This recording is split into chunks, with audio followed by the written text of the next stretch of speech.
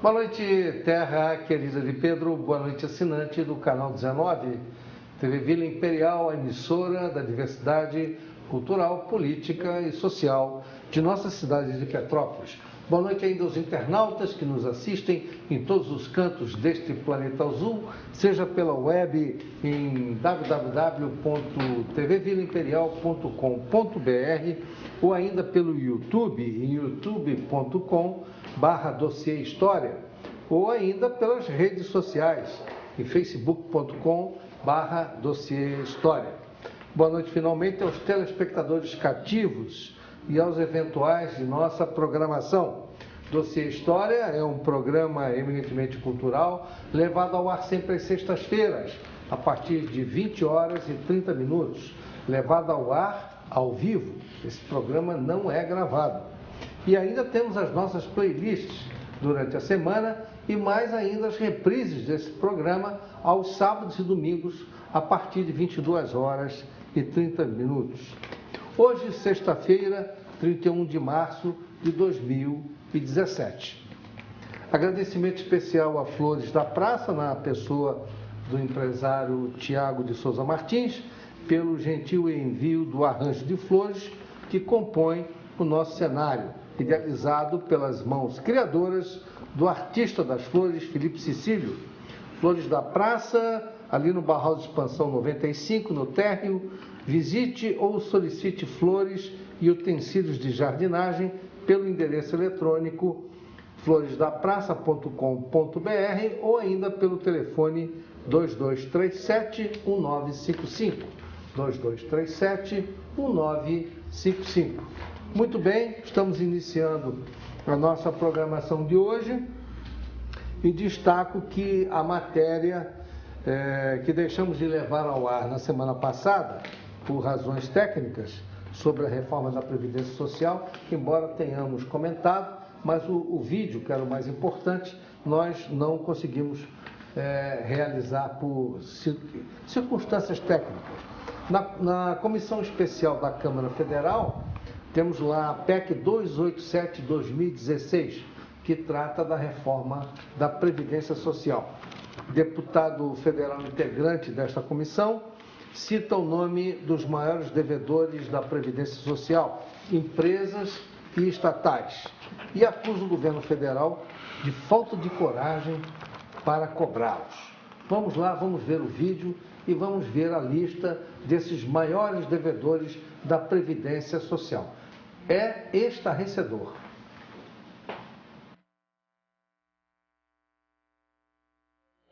A JBS deve 1,5 bilhão à Previdência, quando o Banco Bradesco deve 700 milhões à Previdência, quando o Banco do Brasil deve 500 milhões, Caixa Econômica 500 milhões, 2 bilhões dos bancos que têm lucros excessivos anualmente e não pagam a Previdência.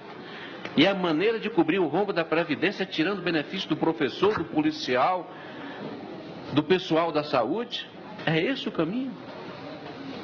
Terá porventura coragem, terá porventura, eu não digo nem coragem, mas a maldade, o nobre relator, de impor a essas categorias, esses homens e mulheres do Brasil, essa conta que o governo, e não me refiro apenas ao governo Temer, mas aos governos ao longo do tempo, que não tiveram coragem de cobrar as empresas que devem 467 bilhões à Previdência. Não tem coragem de cobrar as empresas, mas quer cobrar o trabalhador. Não tem coragem de mandar bloquear os bens dessas empresas para pagar o rombo da Previdência, mas quer impor que nós trabalhemos até os 65, 69, contribua 40 anos, mais.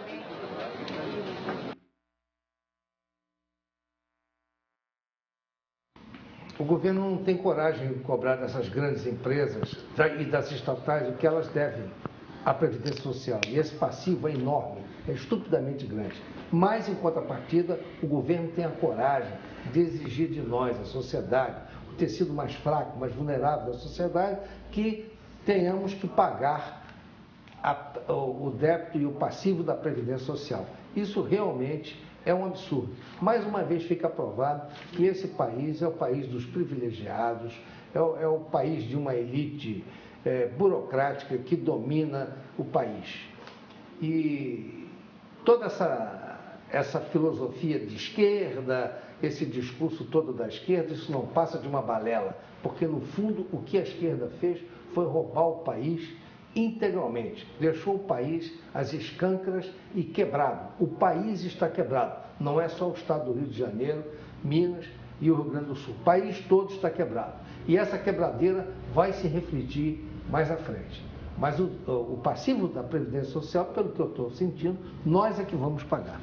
Vamos agora apresentar também um outro vídeo de um ex-deputado por São Paulo e líder sindical, que também fala na mesma toada sobre esse assunto da Previdência Social. Vamos lá.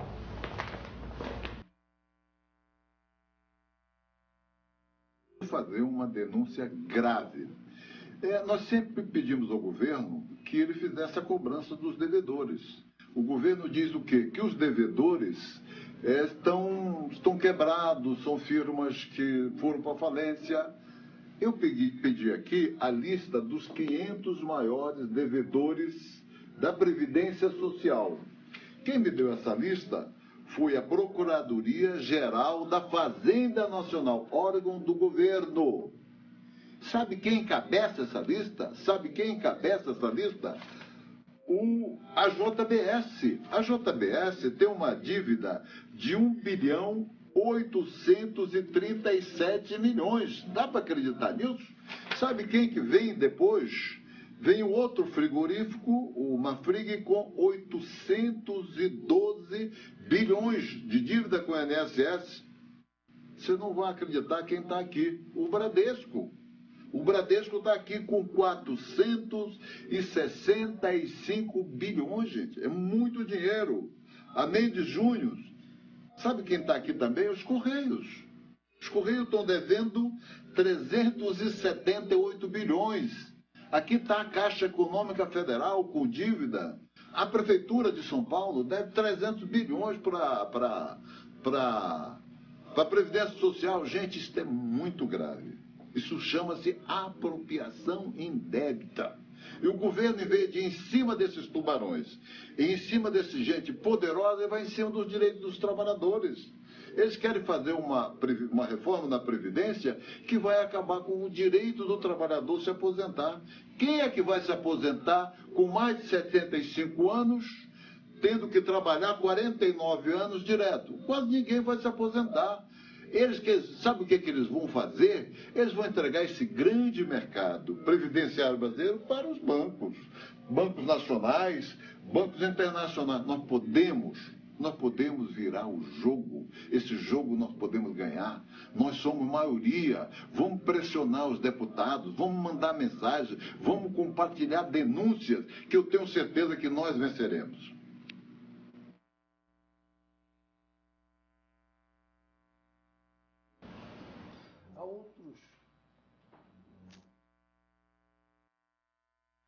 Há outros exageros também na Previdência Social relativamente a benefícios e pensões. Vejam vocês que recentemente o Lula, num depoimento em juízo, quando o juiz o inquiriu sobre o rendimento dele, quanto ele ganhava por mês, ele acabou se enrolando e falou que estava recebendo o benefício da recém-falecida esposa dele, a dona Marisa, uma pensão do INSS de 20 mil reais. Como pode a dona Marisa receber uma pensão de 20 mil reais se o limite do INSS é de 5 mil? E dona Marisa nunca trabalhou, nunca exerceu nenhuma função pública. Como ela poderia ter uma pensão de 20 mil reais, uma aposentadoria de 20 mil reais? E agora esse benefício fica para o senhor Lula. Esse é o país que nós estamos vivendo, esses contrastes. E tudo isso, quem vai pagar essa pensão de 20 mil para o seu Lula, somos nós. Muito bem, meus amigos. A Revolução de 31 de março de 1964 hoje está fazendo 53 anos desse evento. Foi realmente um colóquio cívico-militar que ocorreu no dia 31 de março de 1964. É a chamada Redentora. Hoje é dia de bebemorar. Abriremos uma champanhe, aliás, ou melhor, um champanhe, abriremos para bebemorar e festejar essa data do movimento cívico-militar que salvou o país do comunismo, que salvou o país da opressão comunista, que salvou milhões de pessoas que iriam morrer no jugo comunista se aquela revolução comunista que estava preparada para o dia 1º de abril realmente acontecesse. De maneira que hoje é um dia que nós, os mais antigos, que vivemos aquele período e sabemos o que foi e o que significava a Revolução de 31 de março, é motivo de júbilo para nós. Ao mesmo tempo, respeito e admiração por aqueles militares e aqueles civis e aqueles políticos que fizeram a Revolução de 64 e extirparam do país o governo corrupto de João Goulart, que queria entregar o país para a China, para a União Soviética e para Cuba, e aqui estabelecer e instalar uma república sindicalista. Então, hoje é um dia de felicidade. E não vão na conversa desses comunistas safados que estão aí agora a querer criticar a Revolução e a querer dar um entorno completamente diferente. A Revolução de 64 foi um movimento legítimo. Os militares estão proibidos de festejar. Por isso que eles estão nos quartéis fazendo outras atividades, porque eles hoje estão batendo a continência para comunista. Mas nós, que vivemos aquele período e que não temos papas na língua e somos cidadãos e podemos falar, nós vamos falar e vamos festejar a Revolução de 64. Muito bem, meus amigos, vamos continuar o nosso programa, mudando de assunto, mutatis mutandis, como diriam os romanos. Nosso tema de hoje é a perspectiva do comércio exterior para o Brasil. E vamos também falar um pouco sobre o comércio exterior de uma forma geral.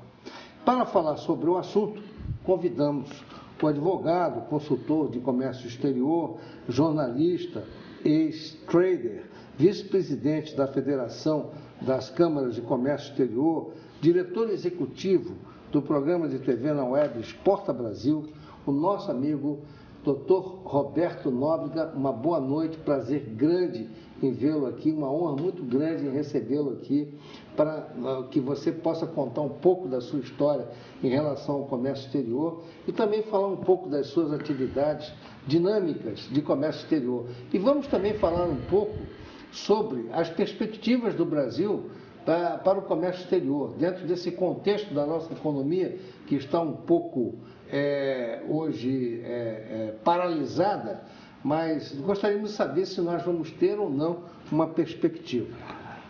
Em primeiro lugar, quero agradecer profundamente o teu convite para participar aqui do teu programa, que eu sou um espectador assíduo dele já há muito tempo. Você tem esse programa há alguns anos já? Uns 4 anos. 4 anos já. E te agradecer, parabenizar você pela sua iniciativa e fazer alguns comentários sobre as minhas atividades, né? Na verdade, eu iniciei minha vida em comércio exterior em 1970. Essa seria a primeira pergunta, né? Como é que eu comecei a história, né?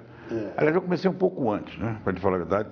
Você falou em Revolução de 64, eu estava no colégio interno aqui no São Vicente, em Petrópolis, e na época os padres do Premostatense, né? E eles tinham um professor de francês, que era o Cônego Joaquim, e um dia, na sala de aula, ele perguntou com quem sabia falar francês, escrever em francês. Aí foi o único que levantou o dedo. Aí falou, então vem assim, Messier Carré, me chamou na frente e me deu uma relação com 30 nomes. Era o Facebook da época, né? E meninas, para eu responder. Isso lá pelos idos de 64. 64. Na Revolução, durante a Revolução. No mês da Revolução, eu estava no colégio interno. Aí eu comecei a escrever, fazer contatos internacionais dentro do colégio interno, em Petrópolis, com 30 meninas. No Canadá, Montreal, Quebec, França, Grenoble, Toulouse. Eu era o contato, relações internacionais no colégio interno. Começou aí, 64. E um pouco antes eu visitava, olha só que coisa agora, eu visitava a Embaixada do Irã, em Copacabana, né? Morava na Figueiredo e a Embaixada do Irã era na Anitta Garibaldi. Eu fazia coleção de selos, comecei a fazer uma coleção de selos com o Shah Reza Pahlavi. Isso em 63. Me lembro. O Shah, é história. Ele teve em 65? No Brasil. O Shah Reza Pahlavi. E ele ficou hospedado na mesma rua que eu morava, na rua Anitta Garibaldi. Então, a embaixada era lá. A embaixada do Irã. Era ali. Eu morava Eu era vizinho da embaixada. Na Figueiredo, exatamente. Aí eu tinha uma coleção de selos muito bacana. Comecei com o pessoal do Irã. Aí depois eu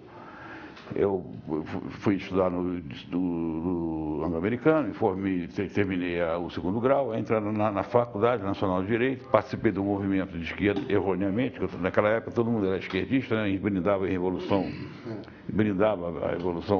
com os comunas, né? Bom, e eu, em 75, eu participei de uma feira na Nigéria, em Lagos, país muito importante, o país mais importante da África, na minha opinião. Meu pai era empresário e fui à Nigéria, conheci a Nigéria. Então eu participei da primeira feira brasileira de Lagos, em 75, fazem 42 anos. 75, eu voltei em 76, 78, 82, e em 82 eu me juntei a um grupo de empresários, na época, para nós propormos um pacote entre o Brasil e a Nigéria, que acabou eu tendo recebido pelo então presidente Figueiredo. Em meia hora de audiência, o convenci a fazer uma missão à Nigéria. Fizemos, no final de 83, e 6 meses depois, assinamos o maior acordo de counter-trade. Counter-trade é contrapartida. Trocamos petróleo da Nigéria por produtos brasileiros. Essa operação foi $1 bilhão na época. Foi intermediada por uma trading company de São Paulo. E depois disso, do acordo ser assinado, eu fui convidado pela COBEC. COBEC era uma trading company. Eu me lembro da COBEC. Eu trabalhei com o comércio exterior. Comércio exterior, então você sabe. Eu fui convidado para assumir a diretoria da COBEC na Nigéria. Aí eu me mudei para a África. Era o Paulinho Bornhausen que era o presidente? Não, foi depois. Foi na época do Milão. O Milão me convidou, que eu trabalhei antes no grupo Sucre da Rei, um grupo francês de comércio exterior, de uma trading, era a maior trading de açúcar do mundo. Então eu fui à Nigéria, fui para a Nigéria, trabalhei lá 1 ano. Na Nigéria, a primeira operação que eu fiz de armazenagem foi com a empresa da Índia. Então fui à Índia, conheci a Índia. E depois de eu retornar ao Brasil, quando o presidente Sarney extinguiu a COBEC, infelizmente, que nós tínhamos na época 2 trading companies estatais, a COBEC e a Interbras. A COBEC era embaixo do Banco Brasil, com os bancos particulares, e a Interbras, que era da Petrobras, que foi encerrada em 1990 pelo Collor. Então, na época, quando eu retornei, eu conheci o embaixador da Índia e ele me pediu para eu apoiá-lo nas operações Brasil-Índia e tal. Nós tínhamos um superávit de $1,5 bilhão contra $15 milhões, de 80 a 87. Aí eu organizei no Rio a Câmara de Comércio Brasil-Índia e comecei a viajar para a Índia, incrementar negócios Brasil-Índia. Isso foi até 2002. Em 96 eu estive na Índia. Eu me lembro que você foi até responsável por pelos remédios.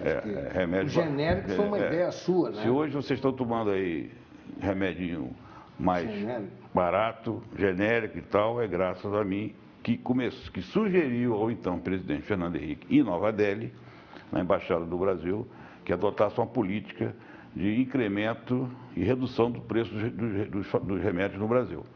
Por quê?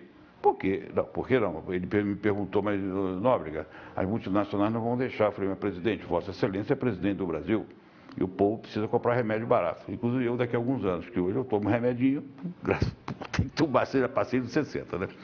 Então, a Índia foi muito importante para mim, na minha vida. Foram 3 países, vamos, na verdade, né? Primeiro Nigéria, depois Índia, durante 15 anos, Suécia 5, que eu trabalhei com suecos, e 1 ano que eu morei nos Estados Unidos com uma trading company que nós trabalhamos lá na Califórnia, em Los Angeles. E aí é outra história, é água mineral, para exportação na época da Caxambu.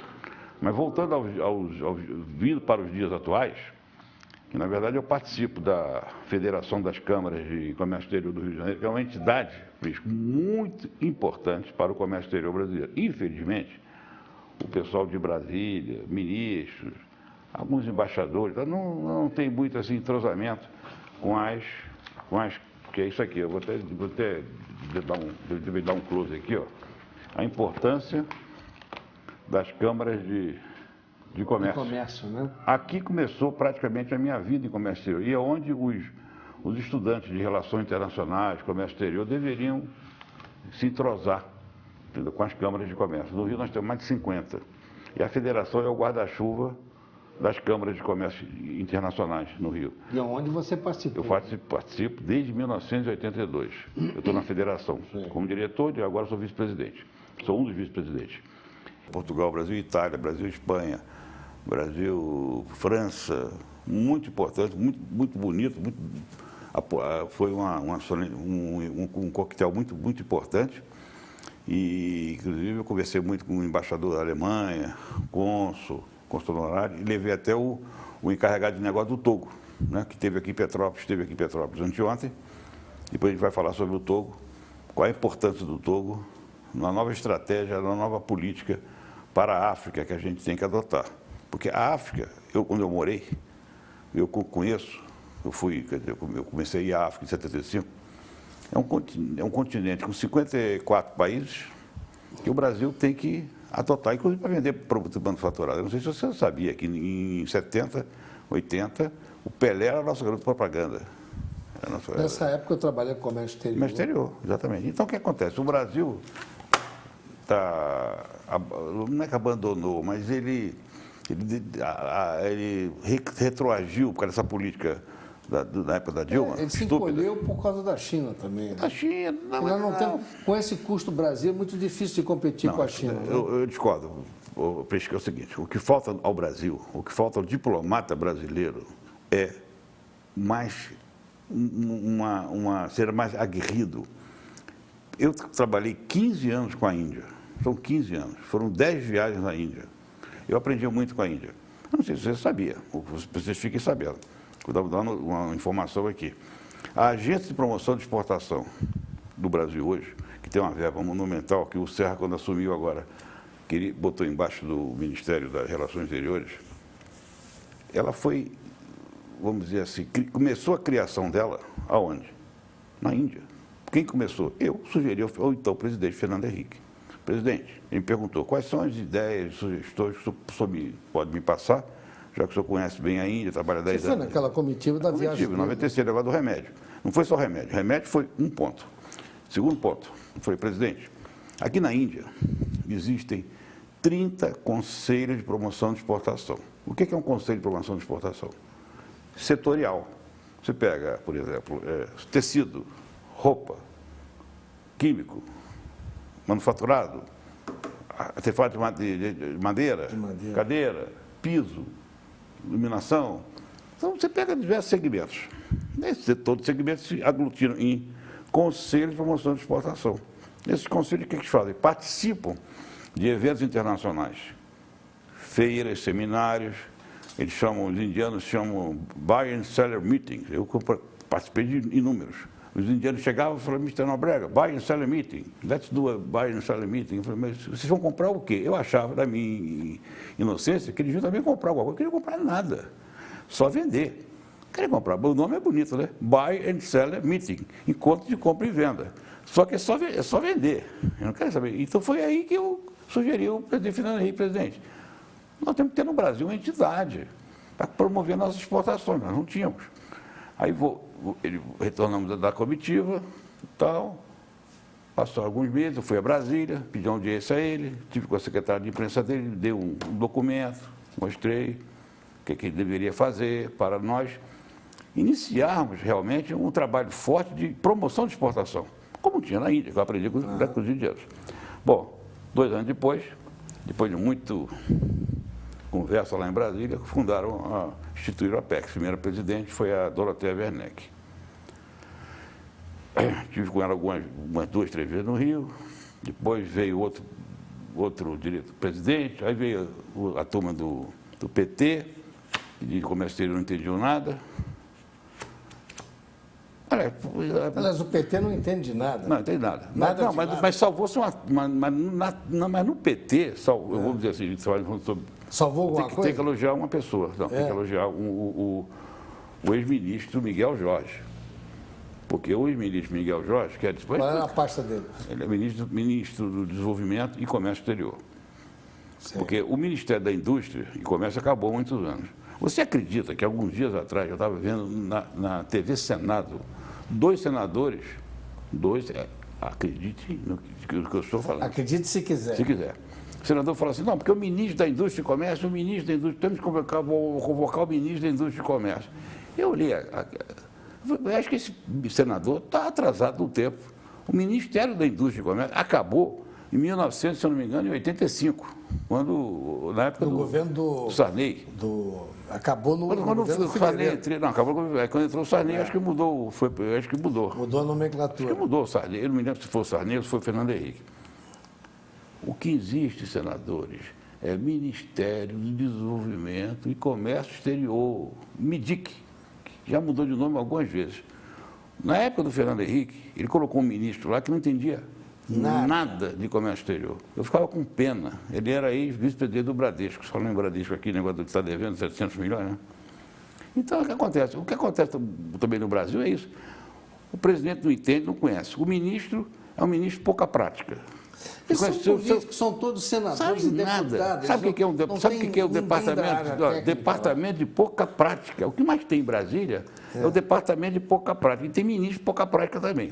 Se você perguntar a mim, Nóbrega, quantos ministros nós temos hoje? Ministros competentes só na época dos governos militares? Não, tem um monte bom que na minha opinião. Eu discordo um pouco com você. Pode ter, eventualmente, esse bairro, eu estou falando da agricultura. Do grupo, o bloco. O bloco de todos os governos revolucionários foram bons, foram competentes. O Blairo Mag, lá da agricultura, por exemplo, desenvolveu esse problema da carne agora, ele conhece o métier.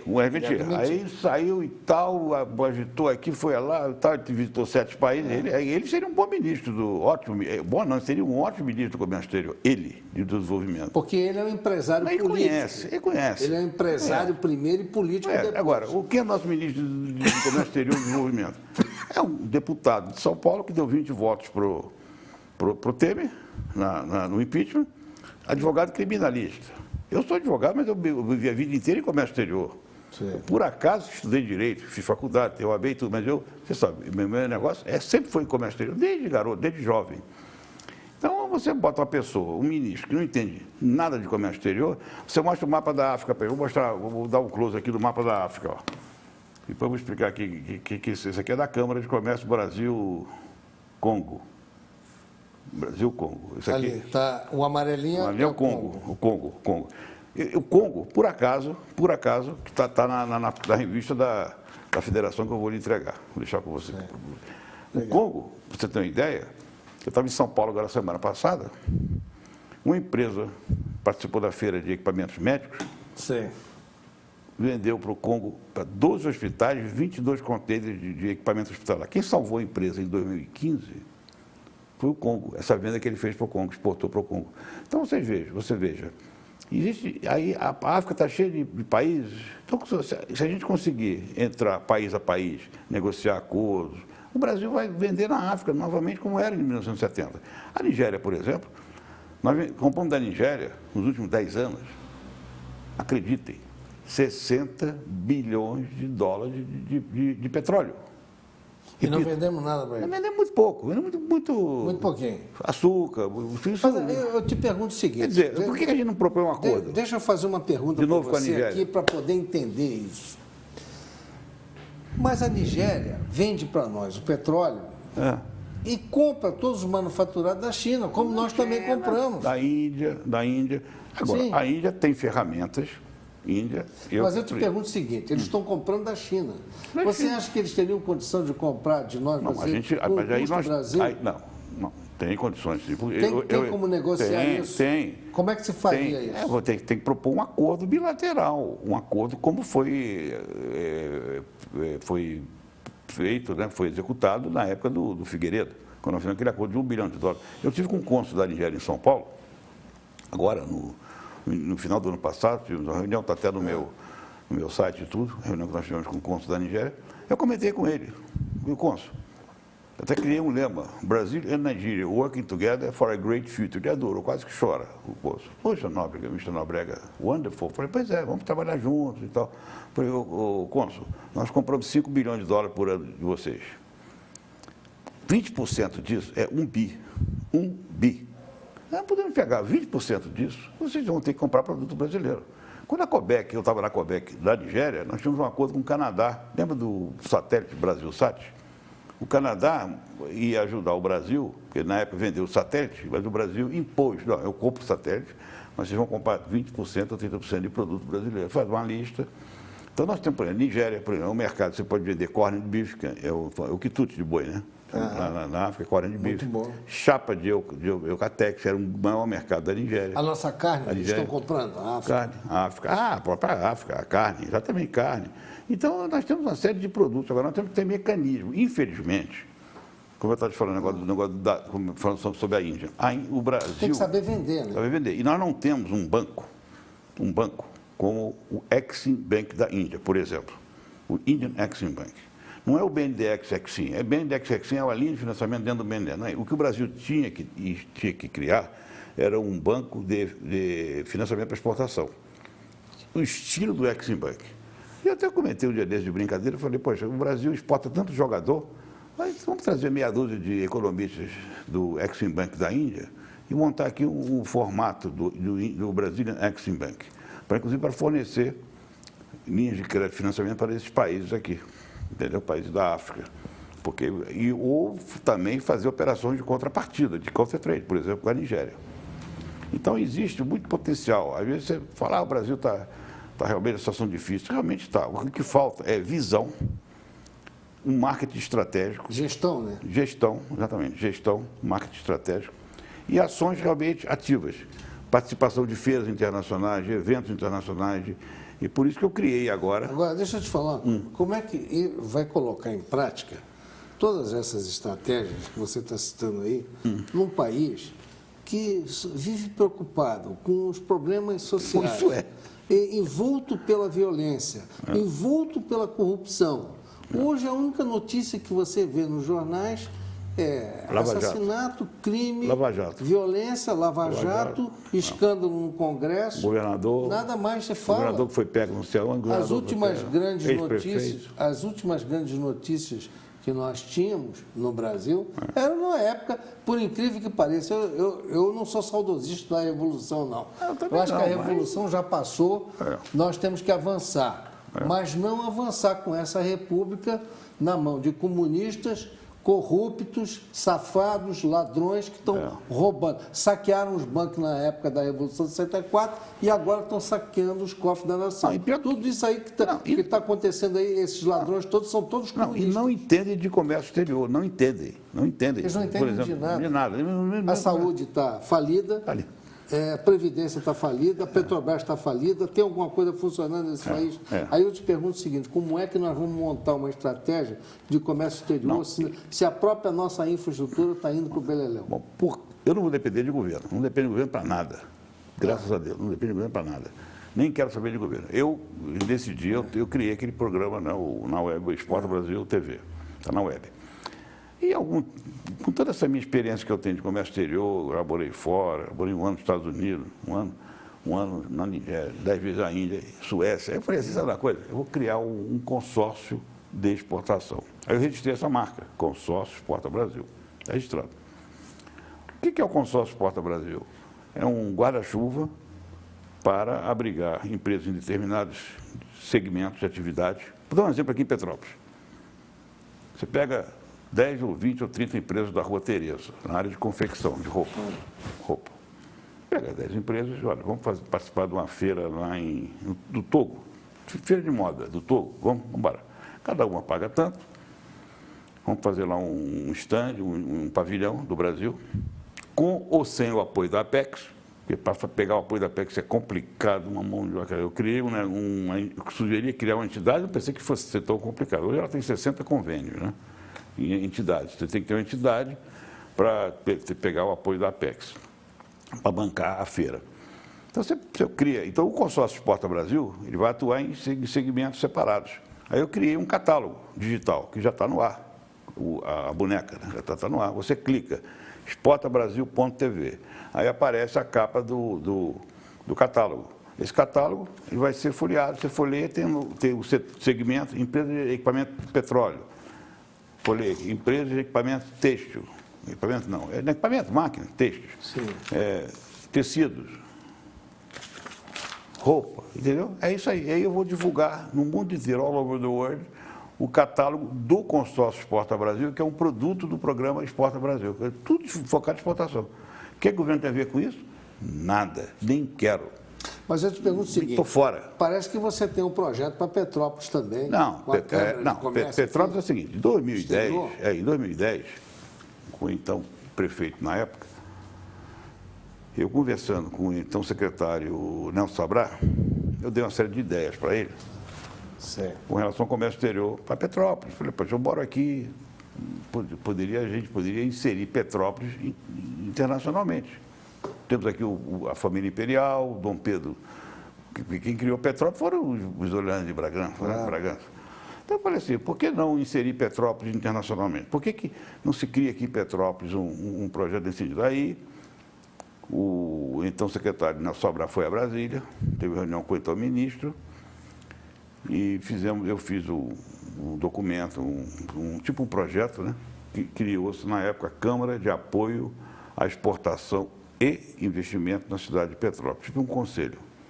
Foi aprovado na época do prefeito, pela Câmara de Vereadores e tal, só que o prefeito, na época, não deu seguimento. Certo. Quando foi agora a nova administração do Bernardo Rossi, eu fui conversando com o filho do Sabrá, que sabe da história toda, ressuscitaram o projeto e está dando, vamos dizer assim, estão dando encaminhamento.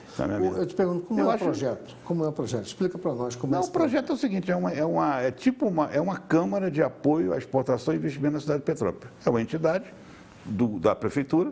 Que vai dar logística para a exportação que vai fomentar, participar de eventos, feiras, fora do Brasil, ou no Brasil, e trazer investimento para Petrópolis também. Porque você para trazer investimento para Petrópolis, a primeira coisa que tem que fazer é você ter um site, Investe Petrópolis, por exemplo, não sei se tem, nunca vi.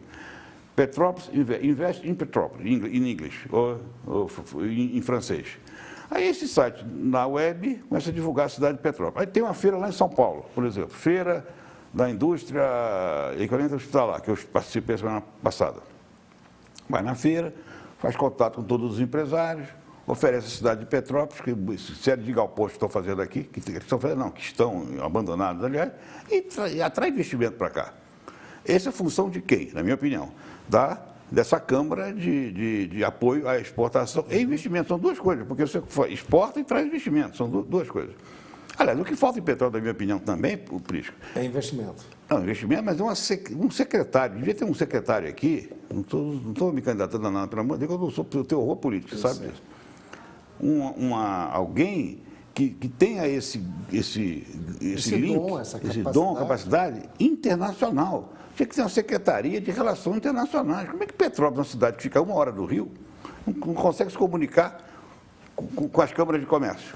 Não se comunica. Eu convidei alguns prefeitos, parece brincadeira. Eu convidei alguns prefeitos aqui, ex-prefeitos, a visitarem olha, a federação está lá, tem 50 câmaras, a gente apoia vocês e tal, a cidade, eu moro aqui e tal. Não se interessa. Não se interessa, não sabe nem o que é uma Câmara de Comércio, não sabe o que é. Como é que um vereador não sabe o que é uma Câmara de Comércio? Agora, você desenvolveu um projeto em Juiz de Fora e deu certo. É outra mentalidade. É outra coisa. Lá eu trouxe a segunda maior indústria da Índia, fatura 2 bilhões de dólares por ano. Eu trouxe para Juiz de Fora em 2010, nessa época do conceito do negócio aqui de petróleo, trouxe para Juiz de Fora, negociei entre os indianos e a empresa Juiz de Fora. Em 2015, a empresa foi comprada pelos indianos. Investimento de 300 milhões de reais. Que, aliás, está indo bem o assunto, o tema, Juiz de Fora, está indo bem. 300 milhões de reais. Quem trouxe a empresa para Juiz de Fora? Eu. Eu não poderia trazer indústria para Petrópolis? Poderia. Mas falar com quem? Com quem que eu vou falar aqui em Petrópolis? Não tem. Não sabe o que é uma Câmara de Comércio? Vereadores, acordem. Mas não é ficar subindo no morro pedindo voto, não. Vocês têm que se internacionalizar. Anteontem eu trouxe aqui o isso que eu queria saber. Eu trouxe o encarregado do negócio do Togo. Do Togo. Togo. É um paísinho lá da África. O Togo é um paísinho da África. País pequeno. Fala um pouquinho de Togo pra gente. o Togo, olha só, o Togo. Eu vou apontar aqui onde é que está o Togo. O Togo, vamos ver se a gente consegue enxergar o Togo aqui. Tá, dá um close aqui, aí. Dá um close do Togo aqui, ó. Aqui não está, aponta a minha caneta, ó. Não, tu tem que virar um pouco mais para cá para ele dar o close. Isso, agora ele vai dar o close. Deixa eu ver até aqui, ó. Aí. Na ponta da caneta aqui, o Togo. Vamos ver. País vizinho de quem? Ó, vizinho de quem? Da Nigéria. Nigéria é esse grandão aqui, ó. Nigéria é esse aqui, ó. Nigéria está aqui, ó. Nigéria é esse aqui, ó. A Nigéria tem 180 milhões. Aquele amarelo embaixo. Amarelo é o Congo. Congo. Onde a empresa vendeu lá os equipamentos. Então você veja, o Togo tem 8 milhões de habitantes. O Togo eu conheci quando eu morava na Nigéria. Fui lá 2, 3 vezes e tal. O Togo era meio fraquinho. Só que o Togo, de uns anos para cá, ele se tornou um hub. Hub é um polo de desenvolvimento, tendo em vista que o novo governo, o novo presidente, mudou muito ágil, muito rápido, muito simpático e tal. Lá o presidente, o Inhaque Simbe, o nome dele, Inhaque Simbe, filho de um general que era o ex-presidente, democrata e tal. Começou a trazer investimento para o Togo. Em resumo, o aeroporto do Togo, os chineses investiram $1 bilhão. 1 bi. O porto do Togo é um porto de águas profundas ali, águas profundas. Então, é o melhor porto da África do Oeste. Bem mais tranquilo que, inclusive, o país que é a Nigéria. A Nigéria é muito conturbado. Lá o Togo é mais low profile, mais tranquilo. E o Togo se tornou esse hub. Nós temos 3 voos por semana pela Ethiopian Airlines, sair de São Paulo. Então você pega um avião, não vem propaganda da Ethiopian Airlines não, mas pega o avião em São Paulo, 6 horas, você está em Lomé, capital do Togo. E mais tantas horas você chega lá em Addis Abeba, que a companhia que faz é a Ethiopian Airlines. E do Togo, de Lomé, você vai para outros países ali de língua francesa, porque a gente faz parte do CDAO, que é o grupo de países de África, de países de língua francesa, são 16, né? Ali na África do Oeste. Então é um país muito importante para o Brasil em termos de logística. Eu estou dizendo, Roberto, o que a gente poderia fazer, deveria fazer? Deveria fazer o quê? Atacar a África com produtos brasileiros via Togo. Se nós tivéssemos uma empresa, na época que eu fui diretor da Cobec, que nós tínhamos um armazém gigantesco no Cais do Porto, se nós conseguirmos, de novo, repetir, não com a Cobec acabou, uma outra empresa de logística brasileira, para abrir um entreposto no Togo, na Zona Franca, que tem uma Zona Franca com 70 empresas lá, a maioria francesas, porque eles foram colonizados pelos franceses, mas estão abertos a investimento brasileiro, porque o francês não tem know-how de agricultura, de algodão, de uma série de produtos que o Brasil produz, né? Como nós temos. E o manufaturado brasileiro para o Togo é muito importante. E do Togo a gente pode expandir, porque esse país aqui de cima, Níger, Mali, Serra Leoa, Gana, esses são países que dependem do porto do Togo para os seus produtos. Inclusive a exportação de petróleo, né? Petróleo já é em Gana, do lado, Nigéria e Gana, porque o Togo não tem petróleo, nem Serra Togo nem Leoa Benin. Não tem petróleo? Não, tem a Gana e Costa do Marfim, que agora já está... Costa do Marfim. Costa do Marfim. Aqui, nessa costa aqui já tem Costa do Marfim e Gana. Eu tive até na feira... São países que se desenvolveram bem economicamente, né? A Costa do Marfim está muito bem desenvolvida. Então o nosso embaixador do Togo, por exemplo, é muito bom, né? Muito bom, Antônio Carlos Menezes. Então, eu trouxe a Petrópolis o encarregado de negócio do Togo. Sim, isso que nós queríamos saber. É o Monsieur Maxime Assá. Ele esteve aqui em Petrópolis, adorou a cidade de Petrópolis. Tivemos na tribuna de Petrópolis. Deram uma entrevista lá? Demos uma entrevista na tribuna. Até o diretor-geral da tribuna, que fala francês, ele foi educado na França, né? O príncipe, né? O Francisco? Francisco, Dom Francisco. Dom Francisco. Dom Francisco adorou conhecer o Maxime Assá. E começando... Essa entrevista vai ser publicada na Tribuna amanhã, né? Domingo, eu não sei como... Amanhã é um domingo. Domingo, vai sair domingo. Sim. Então, ele até comentando, ele perguntou ao encarregado de negócios do Togo como é que era lá a produção de cerveja e tal. Ele falou, olha, nós temos uma fábrica, mas se o senhor quiser montar uma lá, o tapete vermelho. Aí o Francisco já se interessou.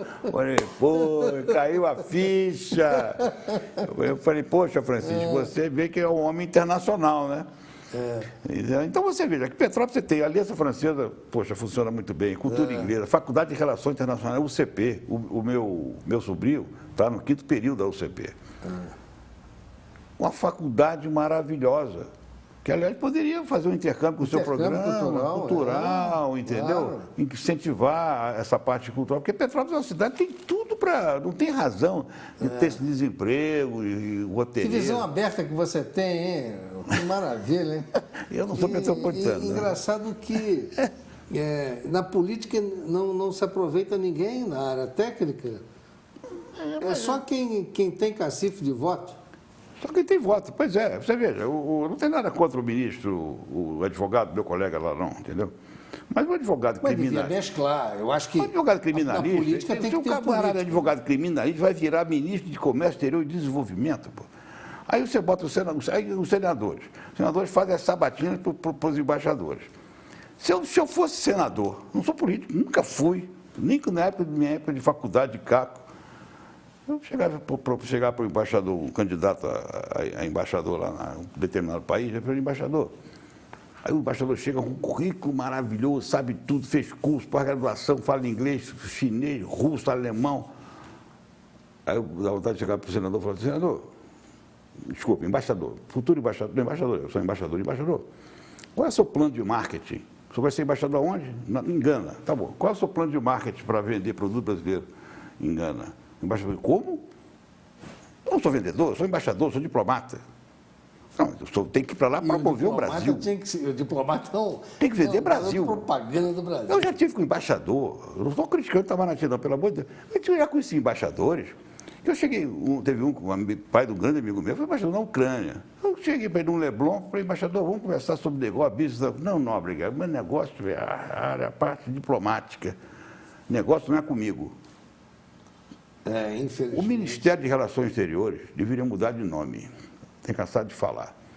Vocês sabem como é o nome do Ministério de Relações Exteriores em Portugal? Nossos ex-colonizadores? Ministério de Negócios Estrangeiros. Sabe como é na Nova Zelândia? Ministério de Negócios Estrangeiros. Aqui tinha que acabar com essa história de relações exteriores e mudar o nome. Presidente Temer, Ministério de Negócios Estrangeiros. Até mesmo porque relações exteriores é relações de negócio. Mas entendeu? Tinha que dar uma... Mas os caras ficam só na burocracia. Tem que ser no discurso. Tem que partir para ação, entendeu? Propor acordos bilaterais. Mas essa é a escola das Nações Unidas hoje, né? Só trata disso. Trata disso, exato. Então, só trata de discurso. Então, eu falei, qual é o seu plano, embaixador, para esse país? Qual é o seu plano? Você tem algum plano de marketing, de estratégia para a gente atacar, vender produtos, gerar emprego? Nós precisamos gerar emprego. Gerar emprego está aqui, ó. A África, o que tem de... Eu estava estudando agora há pouco a Guiné, antes de começar o seu programa, Guiné-Conakry. A Guiné-Conakry é um país riquíssimo, mina de ouro, não sei, terceira reserva de bauxita do mundo. Guiné-Conakry, aqui em cima, perto da Serra Leoa, faz divisa com Serra Leoa. Guiné-Conakry. E a Nova Zelândia, que agora... A Nova Zelândia é um exemplo. Terceiro de vinho. Não, terceiro país do progresso no mundo é a Nova Zelândia. Por quê? Porque eles fizeram um exportador de vinho. Pegou uma cepa de uma uva lá, produziram lá, e estão produzindo um tipo de vinho que é o melhor do mundo hoje lá. Então, antes de a gente terminar, esse evento aqui... Nós estamos no final já do nosso programa. Esse evento aqui, para você ter uma ideia, esse evento aqui será realizado no Togo. Um evento que será realizado no Togo, um evento de investimentos internacionais. Agora, que mês? Estava previsto para abril, mas parece que estão transferidos para julho. Eu espero, até lá, organizar um grupo de empresas brasileiras para participar desse evento, que vai ser lá no Togo, justamente para nós começarmos a focar, porque o que o Brasil está exportando produtos, o que o Brasil está focando mais, o Brasil exporta muito produto é açúcar. Mas o Brasil não vende açúcar. As trades internacionais vêm aqui no Brasil, compram. Eu trabalhei numa trade internacional de açúcar. Vem no Brasil, compra açúcar e exporta para a Nigéria, para o Togo, para a Gana, para o Costa do Marfim e tudo. Mas eu acho que o seu programa, você está de parabéns, o seu programa tem uma grande audiência. Muito obrigado. E eu também te parabenizo pela bela explanação que você fez. Muito obrigado por me dar essa oportunidade de entrevistá-lo. E espero que você retorne ao meu programa. E sempre que você tiver notícias, novidades, nos avise e a gente vai voltar a conversar novamente em outras oportunidades. Tá? Eu agora, no final do programa, eu sempre faço um oferecimento aos meus telespectadores cativos e eventuais com um musical. Então, hoje, esse musical eu também ofereço em homenagem ao meu convidado, que é o Dr. Roberto Nóbrega. Em homenagem ao Roberto e aos nossos entrevistados, eu estou trazendo hoje para vocês um mix de cultura musical. Já que nós estamos falando de comércio exterior é um mix de cultural, de comércio, né? Então, eu fui buscar um conjunto musical do Azerbaijão. Sabe onde é que fica o Azerbaijão? A República do Azerbaijão, que é o nome correto, é um país transcontinental na região do Cáucaso, situado no cruzamento do leste europeu e o sudoeste asiático, para melhor localização de todos nós. Faz fronteira a leste com a Turquia e ao norte com a Geórgia. A Azerbaijão foi uma das repúblicas soviéticas, né, da extinta União Soviética. E do outro lado tem o Mar Cáspio. Então dá mais ou menos para situar onde fica o Azerbaijão. Pois bem, lá nós acabamos descobrindo uma orquestra de ritmos que começa a fazer sucesso no mundo todo, em ritmo de instrumentos orientais, toca músicas de Pink Floyd, U2 e grandes roqueiros. Tocam e cantam. Hoje nós vamos ver e ouvir Another Brick in the Wall, que é do Pink Floyd. Outro tijolo na parede, seria uma tradução ipsis literis, né? O nome do conjunto é Bizenkiller. Tocam em estilo étnico, que é o folk, da região deles. Então vamos lá, vamos assistir, é realmente fantástico.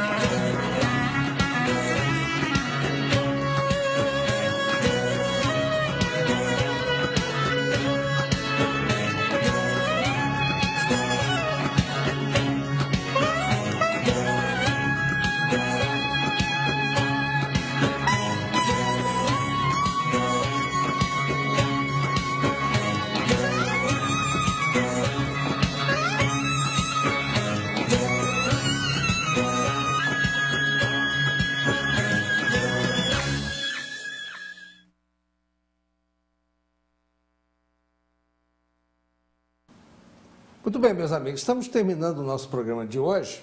Quero agradecer ao Dr. Roberto Nóbrega pela presença dele aqui, pela bela entrevista que nos deu sobre o comércio exterior. Espero, Nóbrega, que você retorne aqui. Muito obrigado pela sua presença. E agora, para terminar, eu gostaria de oferecer a esposa do Dr. Nóbrega, que é a nossa amiga Luciana Nóbrega. Vem cá, Luciana, uma boa noite. Tudo bem com você, bem, né, querida? Muito obrigado pela sua presença. Parabéns E olha, ao Nóbrega e aqui entrevista.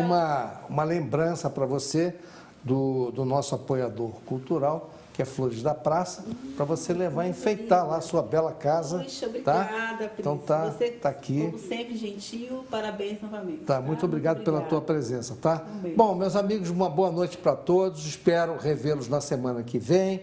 Nós temos nossas reprises sábados e domingos e as playlists durante a semana e também no canal 5 da NET. Uma boa noite a todos.